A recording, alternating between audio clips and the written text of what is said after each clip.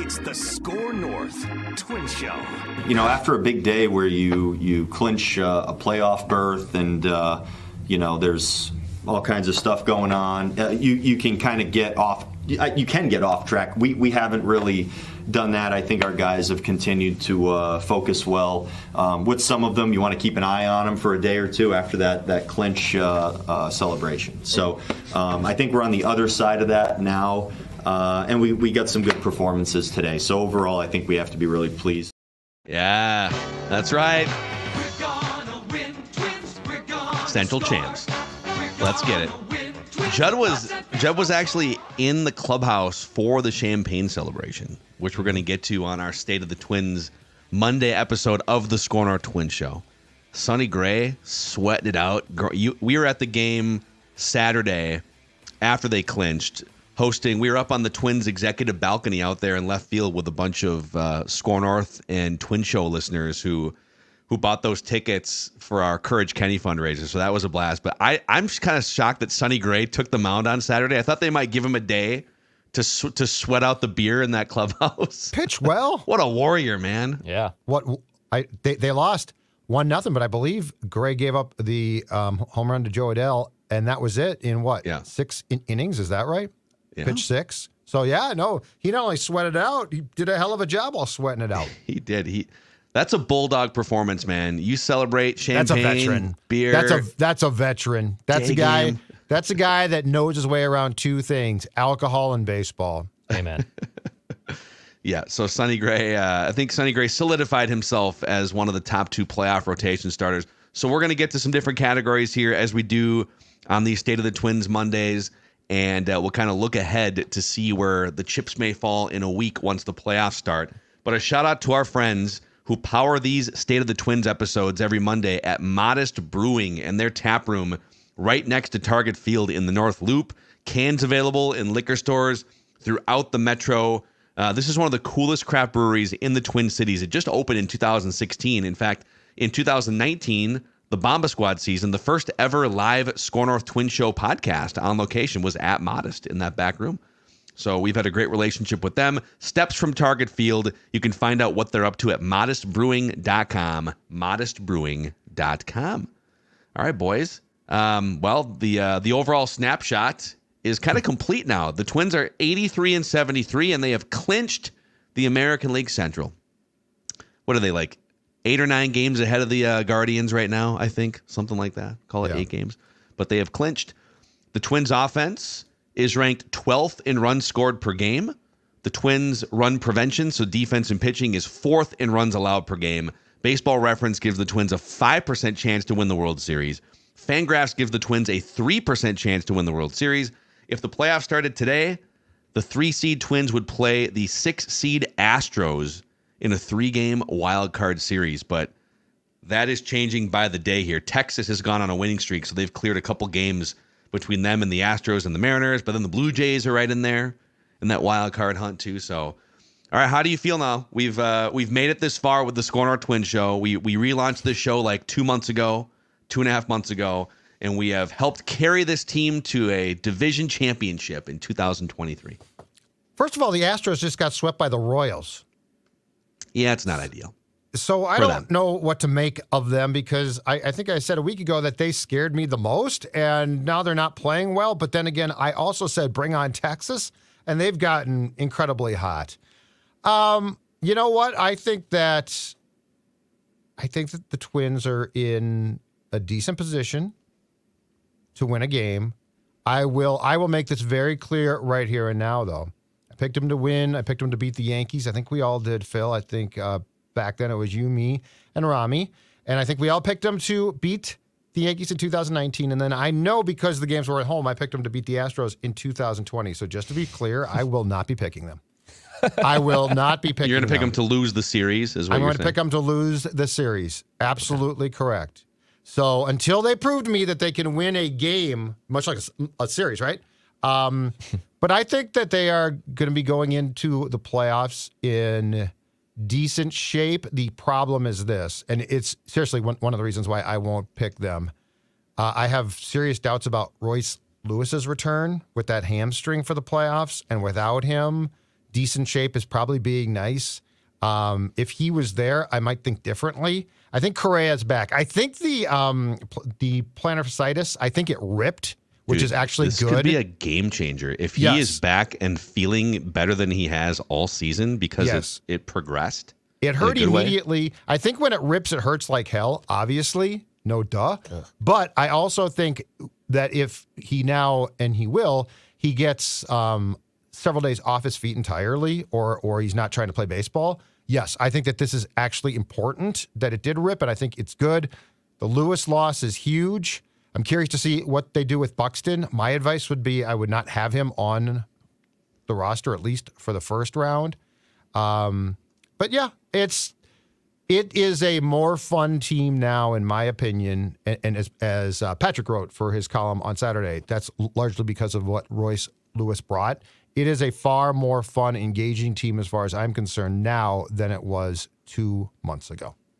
Dex? Yeah, it's mission accomplished, basically, right? You got the Central. That was the goal here. Now you get to rest up a bit. And Royce Lewis, grade 1 hamstring. Technically, in terms of hamstring strains, you got medical sources. It's the best one to have because it's the least invasive. It's the least one that can cause problems. But yeah, I have some questions too. But I think him just being off his feet, he's got 8 more days here until the playoffs start. I mean, just rest up. Hopefully by next Tuesday he's in a good position. I'm sure he's probably gonna start swinging a bat in the next 5 days. But I would have significant pause if Royce Lewis is not available for this series. I would have some pause there. I mean, you have to have some pause for sure, but it's also, we're talking about a 3-game series, a small sampling. We're not talking about a month's worth of baseball. Yeah. If Donnie Barrels gets hot in a game, which can happen, Love Donnie Barrels. It's not. I think there's a huge difference between can the Twins win 2 out of 3 against the Astros or 2 out of 3 against the Blue Jays without Royce Lewis, and can the Twins get to the American League Championship Series without Royce Lewis? If Royce is out for series, yeah, I'm probably not picking the Twins to make a run like I would have maybe 2 weeks ago. I might still be picking the Twins to win the first round without Royce Lewis because they have, since the All-Star break, and I know Royce is a big part of this, but the rest of the bats have come alive too, from Kepler all the way down. I mean, Kirilloff is back and looks pretty solid the last couple weeks. I still think they can beat pretty much any of these teams they might face 2 out of 3 home games without Royce Lewis. But we'll see. We'll make our official picks on Monday next week. I want to know, category number 1, what was it like, Judd, being the doubter and the hater that he's been all Twitter summer? was furious. Twitter was so mad at me being in that clubhouse. In the champagne celebration, Judd taking video with Carlos Correa making appearances. Photobombed by Carlos Correa. Me and Doogie photobombed, and fans were so upset. How can you be in there? You're a doubter. You're a hater. Does Correa, did you hold him accountable? Did you turn around him and hold him accountable? Damn straight I did. I said, you're wasting a lot of beer. That's what I told him. I said, well, how can you waste all this beer? Just spray the champagne, keep the beer. And then I got notes, well, it's not good beer, so who cares? Okay, it's still a waste of beer. But yeah, it was interesting to watch. Do you know who went hard and I didn't see it coming? Keuchel? Keuchel went hard. Yeah, he did. Kenta Maeda went hard. Maeda went hard. Maeda I didn't expect it, but my God. Just going for it all. He just went for it. He absolutely, I mean, they all went hard to a certain degree for the most part, but yeah. I think my MVP, my Cy Young of the champagne/beer celebration, Kenta Maeda was incredible. I would like to say this. One, I didn't wear a poncho, because they were passing them out, wear a poncho to protect your clothes. I'm like, I don't need that. And the other thing, no goggles for me. No goggles. Did you get a little burn? Did you get... I had some splash in my eye. It hurt a little bit, but you know what? I grew up watching baseball in the 70s. That's how we did it. Goose Gossage, Ron Guidry, Reggie Jackson. You think they wore goggles? No goggles, so I'm in there. And I had my glasses on, but I got to my eye. Clothespin their eyes open the whole time. Yep, they did indeed. They were. They did indeed. And so, it was, it's incredible the work they go to, though. The amount of protection to put up in front of the lockers and stuff, I mean, there's some serious work done, I would guess, fairly quickly to either build that or tear it down. But they go to great lengths to make sure that the locker room is protected. Well, I mean, those guys have expensive clothing items and watches and different things. Yeah. You know? They're dousing it. Everyone's got a phone now, an iPhone True. or something in there, a tablet that didn't exist before. Yeah, give me so Maeda, give me your top 3 power rankings of guys who went for it all. And the Carlos, videos that I saw, dude, like there was a point where Dallas Keuchel had 7 players just pouring champagne all over his head. Oh. Yeah. Keuchel went hard. Maeda's my MVP. Correa went hard because, I mean, he took his shirt off and was dancing around and was having a great time. Same. So I give Correa kudos. Those are probably my top 3. Now, I'm sure that there was more. And everybody seemed to have a great time, so I'm not discounting like there didn't appear to be a killjoy. Yeah. Lewis and Buxton enjoyed it quite a bit. Here's my question, and they all deserve credit. So this is just a question, okay? It's not a criticism. But here's my question. Do you ever think about, as you're doing this, how much did I actually contribute?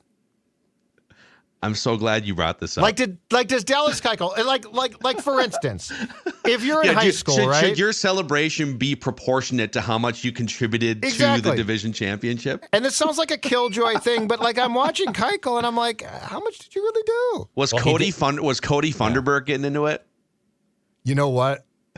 I did not see him in particular. I can't tell you that. Jordan Luplo. Just absolutely tying one exactly. on. Yeah, he's like, give me Dude, more. I'm telling you. So I have covered, in the clubhouse, I think 3 seasons worth of champagne celebrations. Sometimes there's one for a playoff clinch and then one for a division clinch or something. I think the Brewers are going to do that. So 06, I was in there for 06, 09, 2010, there was one. Yep. So I might be getting some of the years mixed up here, but I actually came equipped with a short list of, I can't believe you brought this up because I was going to bring it up. It's hilarious when you see guys that didn't really contribute that much going for it all in those celebrations. Love it. So I've got 3. One of them was a former Twin for a different team that I wasn't in there for, but legendary videos and photos of Brian Dozier celebrating with the Washington Nationals. Oh, that was great. His shirt was drunkest off. guy in the parade, and I think he was benched by the end of that season. Yeah, that's right. No shirt on. Oh my God. Number 2, Phil Nevin was a waiver claim for the Twins. Was it 06? I want to say.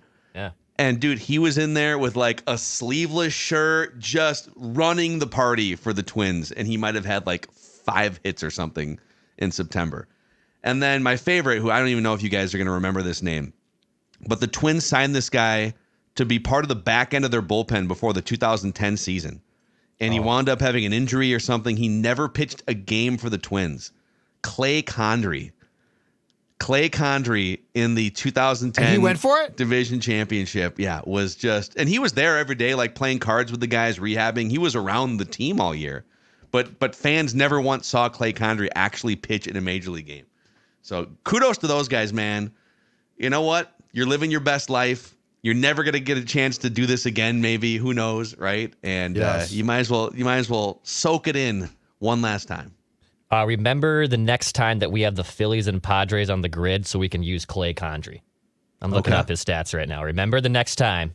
Put this in your head right now. We can't use him as a Twin because he never played for the Twins. Never played, but he played for the Phillies and Padres. Remember that one. Clay, he used to go around in he had camouflage sliding pants. So players wear oh my God, they're biker shorts. Yeah, they kind of go down to your knees or whatever. And they wear them under the pants. He would be walking around with camouflage sliding pants, playing cribbage and whatever the hell of card games. And they he just playing. ran the party. Big burly guy, good guy, good guy. Event organizer. Yes, you need event organizers. Sometimes he's some of these kids, they don't know what they're doing in a champagne celebration. Alex Kirilloff's probably never been in a champagne celebration. So, Nick Punto, by the way, another guy that could. Well, he looks like he run could. a champagne celebration. That makes sense. That makes sense. So if because it's a ton of champagne, but also a ton of beer. Would you spray both, concentrate on the champagne or the beer? Well, I think the champagne is cooler, right? Because and we actually when the Twins clinched in 2019, That's we right, did you like guys went to- a fun little social media video where a few of us from the SKOR North Twin Show bought some champagne. The St. Paul Saints let us in their clubhouse, and they let us do a SKOR North champagne celebration. That was the first time I'd ever shaken up a bottle of champagne and like sprayed it. Wow. Yep. But the cork came out and almost killed Rami before we started the video. That's it was right. like it flew right past his ear. Or like, it like bounced off the ceiling and then back down. And corks get kept too.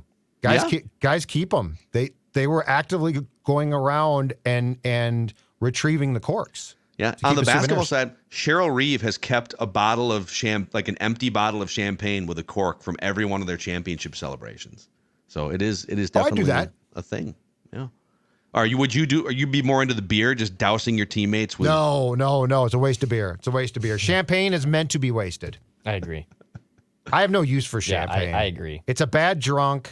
I don't think it tastes great. It's a guaranteed nap for me. Yeah. It is a guaranteed nap. And it's not worth it. Like the bang for your buck on champagne, consuming it, not worth it. I agree. So I would spray champagne, drink beer. That's fair. And I would also make sure I stayed at the ballpark too. Because with a day game, I wouldn't go home that night, right? Like, so Friday night, how does that work? A great party. I don't want to ask questions I don't want to know the answer to, but how does that work? Well, I can't imagine the team lets guys drive. Like, I would limo them home. I mean, in 2023, I'm saying I might be. Yes, you're right. You just hop in an Uber X. Can you imagine? You're like Uber X driving around for the night, and you'd reek. You get a call to One Twins Way, and there's just a soaked Carlos Correa getting in the back of your car. There is a story, Judd. You and I, we told this story to some of the listeners that were hanging out with us at the game on Saturday. And this reporter's name shall go nameless. He's a friend of all of ours, but he was stringing for the Associated Press during I think it was the 2009 champagne celebration. And so he's in the clubhouse. He's getting drenched like everyone, because it's hard to not get drenched in those settings, because you're in there, you're interviewing players. There's just champagne flying everywhere. And so he gets soaked, comes back up from working the clubhouse, files his story or whatever it is, and didn't have a change of clothes or anything, so gets in his car to go home. And the cherries go on behind him as he's driving on his way home, gets pulled over, and the cop comes up. He rolls down the window, and a waft of champagne smell comes out of the car. I had the same thing. Yes. And did you get pulled over? No, I smelled the same way. I thought of this exact thing, because you reek. Yeah. By my third one, I had thought in advance to bring an extra change of clothes and then a bag, so I became a seasoned veteran. But I think this was his first time doing this, and so he rolls down the window, and a waft of champagne smell comes out, and the police officer's like, I'm gonna need you to step out of your vehicle immediately. Get out of the car! And Get on the ground! He's like, I swear to God, I have not been drinking. I can explain. I was in the Twins clubhouse. They just clinched the division. I was in the Twins clubhouse for a champagne celebration. Okay, buddy. Yeah, sure. And so he did have his media credential to show the police officer, but I think he had to get out and do the walk and everything. Yep. Not fun. Yeah, I'd say let's skip the walk. Breathalyze me. Let's just do the breathalyzer right now. Yeah, because my clothes, champagne reeks. Yeah, it's tough. It's tough. I went home and washed my clothes immediately because of that. Hey, I got some categories for you guys here. Just a couple as we look ahead to the playoffs here, state of the Twins. Do you think, so Joe Ryan struck out 10, and he goes in his last outing here, which was yesterday, he goes 6. He gave up the 3 runs. He did strike out 10 and walked nobody. It is the Angels sort of B lineup, so it's tough to really get a gauge. But since Joe Ryan came back to the Twins rotation, he's made 6 starts. He has an ERA of 3.82. He has 39 strikeouts in 30 2/3 innings. So he's definitely missing a ton of bats. Do you think Joe Ryan has done enough as of yesterday to be the number 3 starter in this playoff rotation? I think he has, and I think it makes the most sense. Like when I'm trying to think of how I would set this thing up, not just on who deserves it, but what makes the most sense.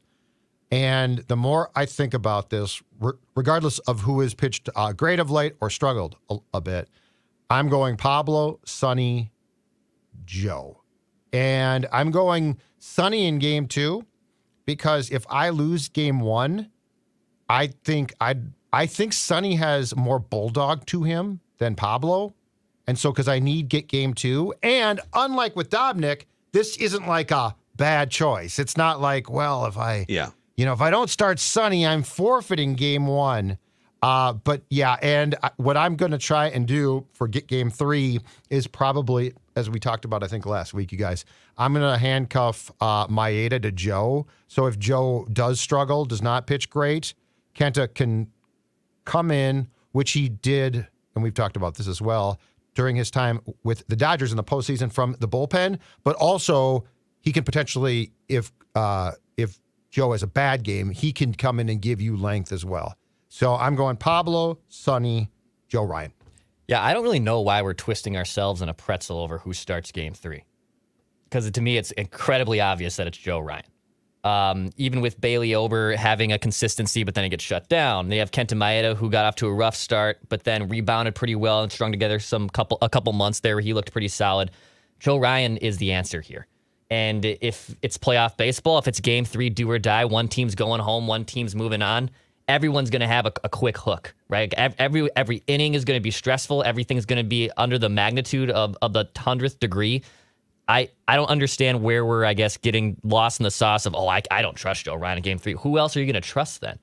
Legitimately. I think there's a legitimate debate about, and not that this is the barometer that they will use, but if I said, who are you more confident is going to give you 5 innings and 2 runs or less, Kenta Maeda or Joe Ryan? By that barometer, it's Kenta Maeda, just with no other factors considered. But if I were to change it and say, who's more likely to be dominant, like just lights out dominant, it's Joe Ryan. But then there's the third variable, which is, hey, if you need to get into your bullpen, what sort of order of things do you trust? Is it that like Joe Ryan as a reliever? He's never really done that before, or Kenta Maeda, who's been a lights out reliever in the playoffs. So, because I could make a case that if I'm just looking for the most reliable 5 innings and 2 runs or less to keep me in a game, Kenta Maeda would probably be the number 3 starter. But when you factor in all the other different things and Maeda being a better option out of the bullpen, then that's where I'm with Declan. It becomes more of a no-brainer to just put Joe Ryan in that slot. Mm-hmm. Yeah, I'm pretty comfortable with that. And again, I think that I'd rather have Gray going in game 2 in case I had lost game 1 than Pablo, who I do like, but I think to me, from a mentality standpoint, I'd rather take my chances in a must-win with Gray. It's very, very close, but that's my my feeling about the mentality of both of those guys. Okay. Next category here for you guys. Twins pitchers are coming back from injury, and it's a very, very opportune, interesting time for this to be happening. So Brock Stewart and Jorge Alcala have been sort of unleashed, and they've both had multiple innings under their belt in the minors. Chris Paddock was just activated on the major league squad, throwing out of the bullpen. By the way, they're bringing him out of the bullpen. He even said he had a quote over the weekend saying that it's kind of a mental block for me because I've just been a starter my whole career. Can I get up when the phone rings and get ready and not having an hour to get loose? And he said, I did, and I did fine. And I feel confident. He's throwing almost 100 miles an hour. So to what extent do you think Paddock, Brock Stewart, and or Jorge Alcala change things for the Twins as you look ahead to next week? I think Brock Stewart's probably the one that's most likely to be activated here because you just knew what you had in him, and he was a pretty good reliever pre-injury. If I were ranking them, I would put Paddock second behind him and then Alcala third. I mean, Jorge Alcala, I feel like, has been injured for like 2 years. And I don't know if I can just throw a guy into my postseason rotation. And I think the argument is, well, you need as many bullets as possible, which is totally true. But this is a 3-game series, and I'm not trusting Jorge Alcala in a high leverage or even any type of significant inning in a playoff baseball game when I haven't seen him pitch at the major league level in 2 years at this point. So I think Brock Stewart's probably the one that's most likely activated here. Chris Paddock, though, is an interesting option. That radar gun, I know, does run a little hot in St. Paul, but he was throwing hard. It's I would if the choice was, Paddock versus Alcala, I would take Paddock as that last spot. Wow. Okay. Yeah. I mean, Alcala. You're right. It's been so long, and didn't he? I feel like at the beginning of the year he made some appearances and then went away again because like even when he's back, he then goes away again for a couple months. Yeah. But he's here. He's available now in AAA. His last outing was 2 or 3 days ago. He went 2 innings, clean sheet, struck out 4 of the 6 batters he faced. But I feel like I would have needed to see it in the major leagues for at least a month before I felt really comfortable putting him into like a close playoff game. So, agreed. Yeah, I think it might be time for us to redo like our 26-man roster here. Maybe we do that like on tomorrow's episode. Ooh, nice. And I think the one thing is Brock Stewart is the absolute key because if he's back to being the guy that he was before he got hurt, he can step in and contribute. In fairness to Paddock, he's still a question mark. Like he's not a bullpen guy. I think he's going to be fairly high up in the 2024 rotation, which is great. But all of that being said, I think the only guy that I really deem to be a playoff guy is if Brock Stewart is healthy, that is a huge plus for this team. Yeah. Yep. It does change the complexion of the back end of your bullpen for sure. Okay. My third question here for you guys before we get into, or I guess my fourth question before we get into the Immaculate Grid is, what is your current new expectation bar? Like what would be a success from now going forward through the end of the season?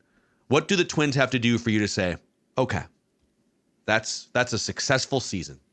If I assume Royce Lewis is going to play, let's just say that he can come back in the first round. A successful season is a first round win at home. A series win. A series win. Yes, not a win, not one win. Not one win. No, not talking about one win. A series win because it's going to be at home. It's 2 of 3, so we're not asking for a lot here. Like we're not asking for got to win 4 games. I think if you want to convince me that this thing was far more of a success than my current opinion, it's a series win. Get to the American League Division Series, and I will pat you on the back and say, okay, I can get my head around calling this a success. Anything less than that to me is you won a terrible division and got knocked out immediately. Okay, I'm going to ask you a second question off of this. Is there anything that can happen where you would fire one of the main front office people, so Falvey or Levine, or let's just say Falvey, or Rocco? I know the poll ads probably aren't making any moves. They just won the division. Is there anything that could happen where Judd would make a move if he were the owner? If it was Judd Pohlad? Yeah, you know what? If they mangle the playoffs, like if they go get a pitcher after 5 because damn it, we're just intent on doing that. Cole Sands comes in. Yeah. If they get worked, if they get worked by Dusty, God bless him, but he's got to be 80, right? If they get worked by Dusty, he did just win a World Series. No, he's great. No. But I'm saying if they get worked, but if they get worked, if the newfangled statistical world, analytics world gets worked by and Dusty uses them too. But my point is, if you get an Edward now pinch hitting for the Twins, Edward Julian, Dusty toothpick in the mouth goes out, brings in a southpaw. Pinch hitting for Julian, Jordan Luplow. Okay, if that would make me how this Joey plays Gallo. out. If Joey Gallo makes the roster, everyone's fired. I'm going to tell you right now, there are things that I could see as far as what they do because 2019 and 20 especially, they sabotage themselves, in my humble opinion. So yes, there are things that I could see where I would say, you know what, that's enough of that. Realistically, I think it would be Rocco. It's not going to happen. But if it did, I think it would be Baldelli. I think Falvey is fine. But in my opinion, as Judd Pohlad, I would place blame on everybody. Yeah. So, yes, there are things I could see that will leave me in a state of meltdown. Judd 100% has a list. You just made the list. He is 100% compiling. Get out of the a way. list Don't ready. screw it up. I saw him. Yeah. You know what's funny is we were spraying champagne. Everything was great on Friday, and now I'm here possibly calling for heads. Personally, my goal is still just the playoff game. But in terms of it being a successful season, yeah, it would be advancing to the divisional round. It'd be getting out of this wild card round. It'd be taking care of business. It would knock off a couple monkeys off your back, obviously the postseason losing streak. And it would prove that, hey, it wasn't just a one-game thing. You were able to beat still a decent team, and now you're going to the legit playoff dance here. And hey, who knows what happens after that, right? I mean, then you can maybe even shock the world and get to the ALCS or something. But personally, playoff goal. But I think from a team's perspective, they have to get to the ALDS. They got to get through this first round. I think they have the best top. When Joe Ryan's at his best as your number 3 starter, this is the most confident I've been in probably since 1991 in the first 3 pitchers in a Twins playoff rotation. I know Johan is the best we've ever seen going back to Jack Morris. But there's been so many years where you've run out guys that had no business being in a rotation on a playoff team to pitch a pivotal game 2 or a game 3. That will not be happening here next week. So for that reason, winning a game remains like the first goal. Just end this embarrassing, ridiculous streak once and for all. But then once that it almost feels like once that happens, and by the way, was it Kyle Farmer that came out on Friday? Sure, yep. He addressed the crowd. I love that he's acknowledging it because so many of these Twins teams, well, that's not all. Listen, we just got here, the front office in 2017. It's not we don't think about history. History doesn't matter to us. It matters to the fans. Yeah. It matters to people that have been watching this team for 20 years. So I love that Kyle Farmer came out, acknowledged the fans, and said, hey, we're going to put an end to this. Owen, he knows what the streak is. 2004, 0-18. Acknowledge it. Wrap your arms around it. Point it out. Point at the elephant in the room. And once that happens, I wonder if there's like a tension release. And then this team, now, for a full run, you do need Royce Lewis almost certainly. But could there be, if you win game 1, could there be a tension release? And all of a sudden now it's like off to the races to the American League Championship Series. So win a game, and then for a successful season, win a series, and then we'll see what happens after that. Does it make sense, the tension release thing, though? The fact that players are acknowledging it, it's like an organizational butt pucker, So in 19, it drove me crazy that they tried to say, well, this wasn't us. I mean, those aren't our, because it was just clear. Because here's the problem. You are, as a player, continually asked about it. So, like, you might say, well, it's not our problem. We didn't lose games back in 2010. But the reality there is you get asked consistently about it. So the question is, how do you handle it? Because it gets in your head. Players get mad and say it's not our problem because it's in their head. Yep. So, yeah. But now, you know what? Go back it up, man. Go back it up. Dude, the minute you signed a contract with the Minnesota Twins, it became your problem. And think about if you're a player, think about how empowering it would feel if you were the one that hit a 3-run homer in the 7th inning to put the Twins up 6-3. Yeah. And you win, and it's like we were the ones that ended this thing for 20 years worth of Twins teams and fans. And to go back, as we have discussed previously, too, a lot of the problem here, obviously, has been that when they get to the playoffs, the offense dries up, including in 19.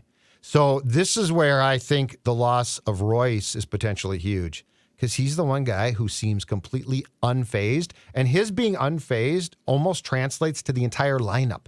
That's what's impressive. He definitely is the type of guy and kid who would own the losing streak, but embrace it too. So, like, that's where I think if he can come back and play, it just provides, and it's weird to talk about a kid or a young player like this, but it provides like this calmness of, I've got this, which is what Puckett had, right? Yeah. Like this whole, I've got this. Don't worry about it. I've got this. But yeah, the thing to remember is, as much as we bitch and moan about the pitching of this team, a lot of times the problem when they get to the playoffs is the bats, or has been the bats. The bats have been the biggest problem for the 20-year playoff losing streak, 100%. Yeah, they haven't scored more than 5 runs in a playoff game through the duration of the streak. A shout out to our friends over at Summit Orthopedics. So, maybe you're a baseball player dealing with an injury, a ligament situation, a knee, shoulder, hip, whatever it may be. Summit Orthopedics is here, and no referrals are needed for you to get a same-day appointment. If you're really hurting, they offer walk-in orthopedic urgent care 7 days a week starting at 8 o'clock in the morning. And there are 25 locations across the Twin Cities and greater Minnesota. Learn more at summitortho.com. Also, over at scorenorth.com/shop, we have a collectibles wing where you can find some amazing things to deck out your man cave, deck out your office. As you see on the YouTube channel here, this is the famous Nolan Ryan punching Robin Ventura in a headlock fight, I guess, from the early 90s, like 1992, 93. This is signed and framed. Just a cool, unique thing that you could put in your man cave. Go check it out at scorenorth.com/shop. Click on the collectibles link, and you'll find all sorts of amazing things for decoration in your man cave or office. And if you use the promo code SKOR, SKOR, at checkout, you can get 10% off anything site-wide. So check it out. Let us know if there's things that you would like to see in there that aren't in there that are reasonable to go track down. Maybe we can throw in a word with our friends at Universal Sports Auctions. All right, dudes, are you ready? How about this idea? A Caleb Williams signed prints that say, looking forward to coming to Mini, because everyone who's not coming from here calls it Mini, of course. Caleb Williams signed prints. Could we get some photoshopped like Caleb Williams in purple? Would he sign that? Can you do that? I don't know if he'd sign it. Can you do that? That's a really good idea. Yeah, well, you'd like work with him, NIL. You know, we'd probably include him on the cut. Point. Good point. I like it. I'm just saying. I think it might sell. It's pretty Drake good. May, Caleb. Yeah. So, all right, here's what we're looking for. We're looking to go 9 for 9 here. That's how you go immaculate on the Immaculate Grid. If we can find obscure players, it would help us build a rarity score that's low. We're looking for a Blue Jay that was an Angel, a Blue Jay that was a White Sox, and a Blue Jay that was a Dodger at some point. And then we're looking for an Angel who swiped 30 bags in a season, an Angel who won a Gold Glove, a White Sox who swiped 30 bags, and a White Sox who won a Gold Glove. And then we're looking for a Dodger who swiped 30 bags and a Dodger who won a Gold Glove. I'll put 8 minutes on the clock here just for some framework. We're going to work together and see how far we can go here. Okay. All right. No Googling. No Googling. I will contribute more so to the first category since I abhor the third one. Vernon Wells was a Blue Jay and an Angel. And then I got another one for you. Okay. That's a great one. After that one. George Bell as a Blue Jay who was a White Sox. Alex Rios. Alex Rios also might work for 30 stolen bases. Alex Rios was the guy that the Blue Jays back in the day put on waivers before the deadline. Mm-hmm. The White Sox claimed him, and the Jays are like, okay, it's yours. And they're like, what? Let's do Vernon Wells for the Angel who was a Blue Jay. We'll get that out of the way. 14%. 14%. Okay. That's higher than I thought it might be. And so Rios would be for the White Sox who was a Blue Jay. We could also, like I said, Judd, remember George Bell? Yes. Right? He was a White Sox who was. I saw George Bell as a kid get into a fight. He was a Cub, right? At Comiskey. Too? He played for the White Sox, Cubs, and Blue Jays. George Bell. George Bell. Let's do it. That's him. There he is. 7%. Wow. George Bell was a good player. George Bell. Had some power. Nice power. Okay, Peter Borges swiped 30 for the Angels. So Juan Pierre works for both these squares, I'm pretty sure. Nice. You finish with the Sox, finish near with the Sox. I don't know Scott Podsednik as well. Podsednik works. I know, but I know Pierre for sure did with the Dodgers because I had him on my fantasy team one year. Okay. And I think at the end he swiped a bunch with the White Sox. Even as like an older guy, he still was a really good stolen base guy. So we can use him for a couple there, and then Peter Borges. Podsednik is a good one. Let's use. Well, since we need one, we can't use Pierre for both, so we could use. By the way, Judd, did Ray Durham or Steve Sachs? Ooh. Steve Sachs for both White Sox, and he was a base stealer back in the day. But was he still stealing bases a lot by the time? He was definitely a base stealer with the Dodgers. He snagged 30? I don't know if he got 30 or not. Did I brought this name up a few weeks ago. Did Bobby Bonds wasn't he a 5-tool guy too, just like Barry was in his early days? I don't remember how many stolen bases. I just don't. That would remember be he a poll. played for a ton of teams. Oh, as far as Blue Jays and Dodgers go, Sean Green's one. John Green, yep. Sean Green played for both teams. Yes, he did. Sean Green. Yep. 14%. Interesting. Probably means there's not that many. I'm just trying to think of other Angels too, besides Borges, who would be 30 bags. Sean Steelers. Figgins. Oh yeah, that's a good one. Let's do I that think one. that might be high, but whatever. Well, what's going to be higher, Borges or Figgins? They're- Or probably about the same. Yeah, I guess. We got to use Choan Figgins, man. Yeah, Choan Figgins is good. 20%, Yeah, 25. 25%. All right. Whatever. Okay. Let's come back to this. We got some names for the Steels here. Let's come back to that. So we got Podsednik, we got Pierre, we got Steve Sachs. We can do a number of different names there.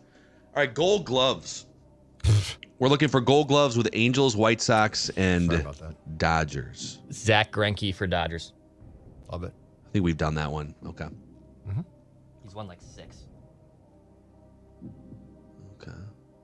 3%. 3%. Did Jim Cott, when he went, because he won a bunch of them with the Twins, right? Well, Burley won a ton with the Sox. Okay. Yeah. I mean, pitchers are going to be obscure. So if Yep. Mark Burley's fine. Burley with the White Sox. Oh, 26. Wow. Damn. Yeah, it's gonna be the rarity score is flirting with a hundo here, but that's fine. Yeah, well, We're at 51 plus be immaculate. 28, so 79, 86. We're at 89 rarity score right now. Tough to keep it under 100. Angels. So Angels. We used did I use him a couple days? I used Rusty Greer on one of these. I can't remember if it was with you guys or alone as a 300 hitting Angel. Wasn't he dove around in left field, wasn't he? Rusty Greer? Dude, I don't know on that one. Okay. I'm trying to think like I for sort sure of don't know on obscure Rusty Gold Greer. Glove winners. Did Vlad win a Gold Glove with the Angels? Vladimir Guerrero? Great arm. Oh, you know who did probably is the shortstop who the Twins had. Oh, Simmons. Yeah. Yeah, Anderson. that's a good one. Who was the outfielder, Phil? Who? Devon White? Let's just do Simmons here. No. I'm just trying to think of guys that were good with the glove. I think Devon White might have played for him. For who? right. The Dodgers? Or are you thinking the Angels. So Devon White was Longtime Blue definitely Jay. Blue Jays. Longtime Blue Jay. Yep. For some reason, I thought he played center for that, but I'm that might be wrong. That might be totally wrong. All right. All So right, 30 Scott, plus. Let's do Scotty Podsednik. Podsednik for the White Sox there, and then we can, if you're confident in Juan Pierre. 24. All these are 20%, and then Juan Pierre to finish it. This is a pretty easy breezy grid here, boys. Yeah, If but it's hard to Declan's, get. there we go. Nice job. So, like, are there a lot or? There's 60 stolen base options. There's actually For the Dodgers, holy cow! Oh, back Maury in the day, I Wi- mean, Maury Jackie Wills, Robinson, Maury Wills, Maury, 65 World Series. Didn't Brett Butler? Wouldn't he have qualified Yes. there too? Yes, he would have. Probably. often. Raul Mondesi. Man. Really? You know, Oh, he I ran thought at about a young age, Mondesi. didn't Wasn't he? sure about the 30 though. You know? White Alex Rios did steal 30 with the White Sox too. Ray Durham, did it a ton. Juan Pierre did it. Alexi Ramirez did it. Brett Butler stole. Yep, he stole 38, 41, and 39 in the 90s with the Dodgers. The Gold Glove thing doesn't show up appropriately. Maury Wills stole like. Did he steal like 81? He stole a ridiculous number Randall of bases. Grichuk is the highest one for Blue Jay, who was an Angel, above Vernon Wells. That's amazing. And then Mark Burley, so that's Jackie right. Robinson was the highest one for that stolen base Dodgers. category. Yeah. All right. And then Mookie Betts as the Gold Glover. Mark Burley. Scotty Podsednik. Was it 24? Oh, interesting. All right, well, we're immaculate. Nice job out there. Just for curiosity, I just want to see Steve Sachs. Steve Sachs. The Sachs man. The sexy Sachs man. Got that throwing disease. You got a throwing disease? Oh, he would have worked great. He would have worked for all of them. White Sox, he stole 30. Yankees, he stole 30. Dodgers, he stole 30, 40, 50. Wow. So let's remember Steve Sachs for next time. The Sachs man. Rookie of the year, 1982.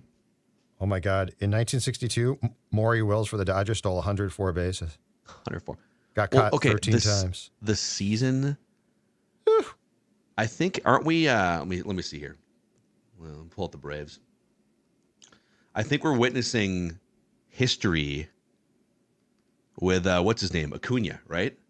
Yeah. Have you guys looked at that dude's statistics this season? Yeah. They're nuts. insane. It's like it doesn't make sense. 40-60, right? Yeah. He has 40 homers, 68 stolen bases. Mm-hmm. Yeah. He scored 143 runs. It's one of the most badass. absurd baseball seasons. He's 25 years old. Anyways, those new rules are helping base stealers. Bigger bases, you can't throw over as often. It's great. So can time it up with the pitch clock. All right, that's a wrap on the SKOR North Twins show here. We just want the Twins to win a playoff game for the first time in almost 20 years. And we're going to be doing post-game vent line shows after each Twins playoff game starting next week. So if you haven't already, click the subscribe button and the like button on the SKOR North YouTube channel. And if you could give us a 5-star rating and a positive review on Apple Podcasts and Spotify, you can help us grow this show that we just relaunched about 2 or 3 months ago. So thank you, and we'll catch you guys next time.